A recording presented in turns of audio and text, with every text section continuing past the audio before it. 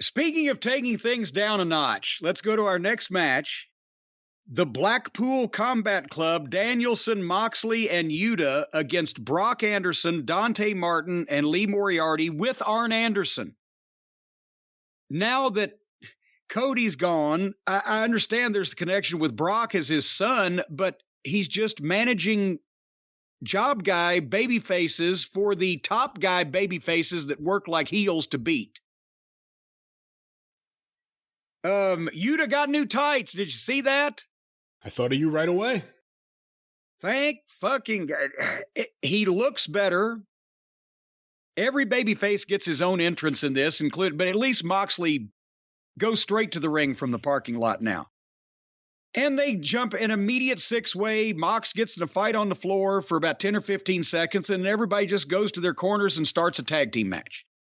And again, is the Blackpool Combat Club, are they baby faces or heels, Brian? Yes. I have no idea. I thought they were heels because Danielson was going heel, but Moxley's been a baby face. But Regal kind of acts heelish, but how do you boo Regal? He's great. And Yuta's the underdog. Is Yuta the heel? Yeah. You got a beloved, legend as the manager. You've got Danielson, that was the best heel in the business 6 weeks ago. You've got Moxley, who's a baby face in that environment, but he's the shits. And you've got Yuta, who's the feisty underdog that won't give up.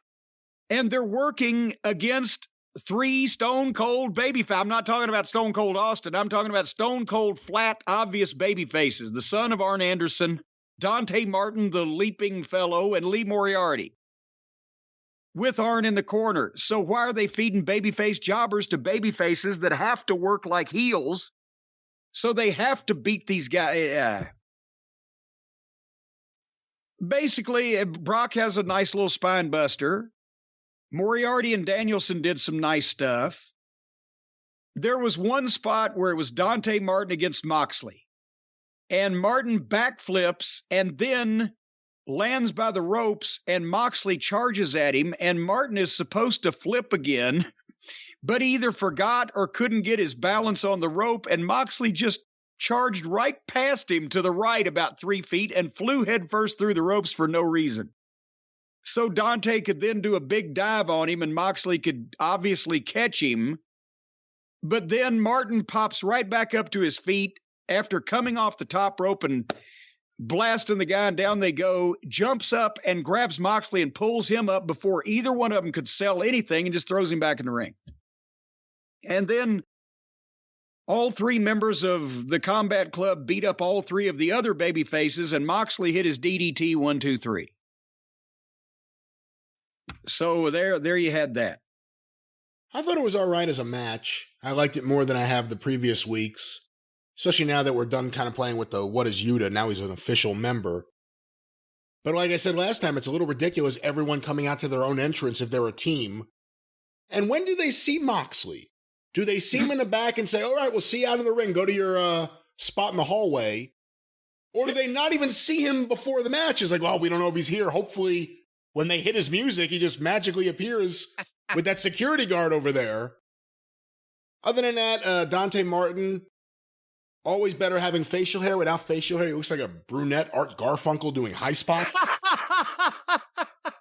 And apparently his brother is hurt again. I heard that his brother hurt his leg again. So even though Top Flight, he just came back from a ACL injury, I believe. They had reunited.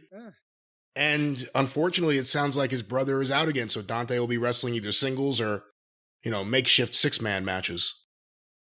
Well, speaking of makeshift matches, the next segment was a brief pre-tape in the back with the Hardley Boys, Kyle O'Reilly, Bobby Fish, Adam Cole. They do some bland scripted verbiage that they have to do amongst each other. It's like a charisma vacuum where every time they get together, each one of them are less interesting than ever before. But anyway, and they needed a better scripter, but next week is a 10-man tag team match. Oh, joy, oh, bliss, with all of these guys against some other people.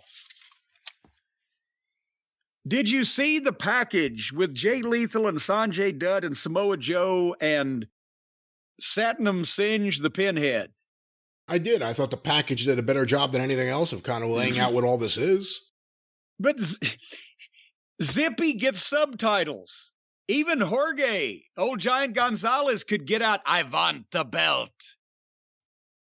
But this guy he's speaking English and he still gets subtitles.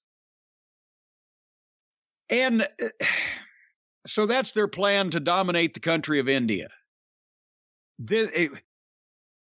If you were from somewhere, let's just say, for example, that you were born somewhere, right? I was born somewhere. This is okay. Well, then you can do this easily without pretending. If you looked and wrestled and acted like Satnam Singh, would the people where you were from want other people to know you were from there? Yes.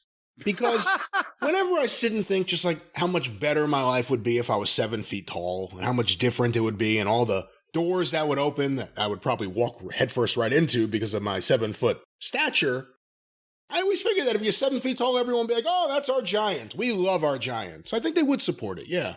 But what if you're 7 feet tall and you still have to cut your hair in a pencil sharpener? Then I don't know. I'd probably wear a hat.